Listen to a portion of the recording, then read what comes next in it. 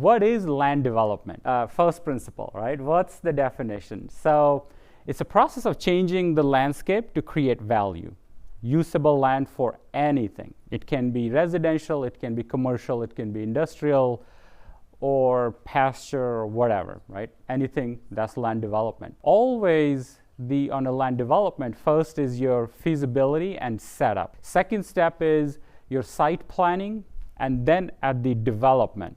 And you'll hear these words, development and construction, right? So those are slightly different. And then the third one, of course, is the construction itself.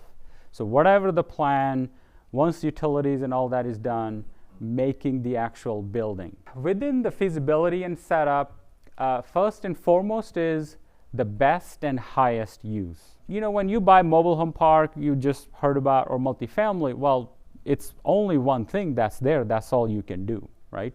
Yeah, you can take a house, instead of doing a long-term rental, you can do Airbnb, or in apartments, you can do similar thing. But it is always a residential building, right? But when you take the land, first you assess and say, oh, what can I do? And retail construction may take to build maybe $180, $200 per square foot, but your lease and your value may be $300, $400, $500 per square foot, depending on the market.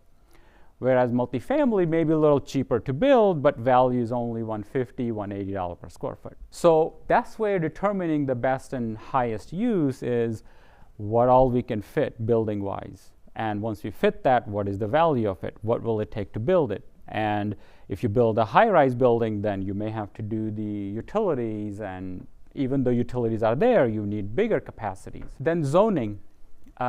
We talk about this a lot, that one of the reasons Houston has done so well and has grown is there is no zoning. Once those things are there, you say, yeah, I'm going to show up, build a building, and I'm done, right? And open my business. Think about everywhere else, like you got to have the right zoning, right? Like you can, if it's zoned for industrial, you cannot build single-family homes. Right? If it's zoned for residential, you cannot build.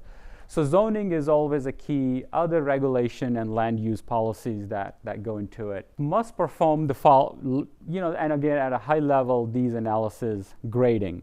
If it's like at a almost 50-degree, 60-degree slope, what can you do, right? The type of soil, utilities.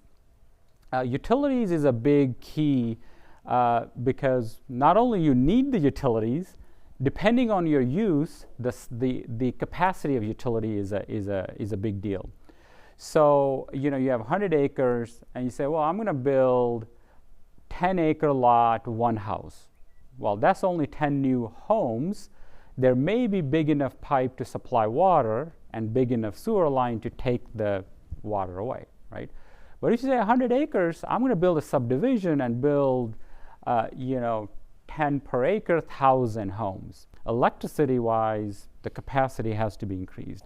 Same for water, may or may not be needed to increase. So capacity is a big portion that goes in determining what's possible. So if you wanted to build a big mega business park in Allen, good luck getting that through the city council.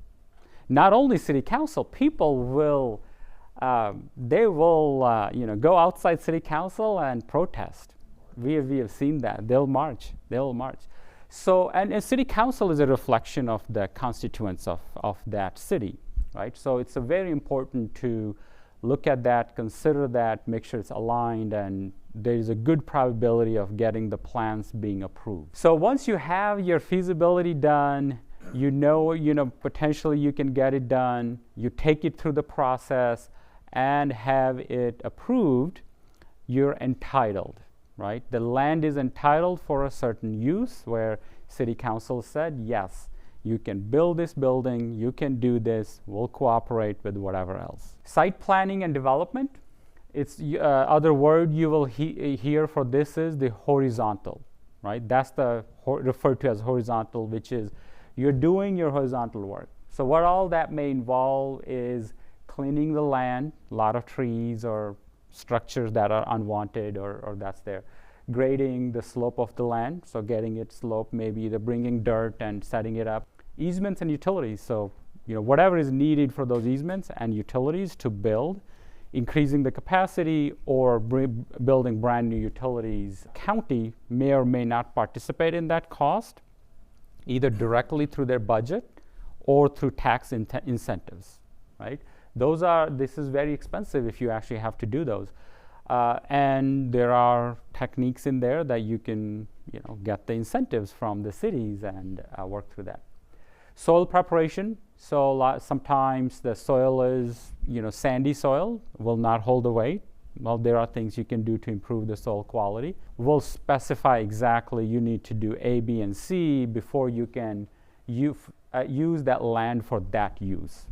Then the building footprint, concrete, there may be the road, the sidewalks, and I know this office building in Allen that somebody was building, city originally had 3 feet wide sidewalks. But one of the things City of Allen is doing is they are encouraging as a pedestrian-friendly and lot of trails and connected for walkability. So they are asking builders to do 5 feet wide sidewalks, right? And all of a sudden the cost, if it's like 1,000 feet long sidewalk, and now you have to double it, well, that cost goes up. And on projects, it can throw off a lot. So once all that work is done there, that's when the construction starts. So again, as you do this horizontal, you find out things, right? You can do boring and find out, oh, there may be something in this soil we need to fix. But then when you actually dig it, you have surprises. Mother Nature, you never know until you do it. So this is a little bit of a medium risk, this step. And then once you have construction, you know exactly what needs to happen, what needs to be done. Everything is very well laid out and done.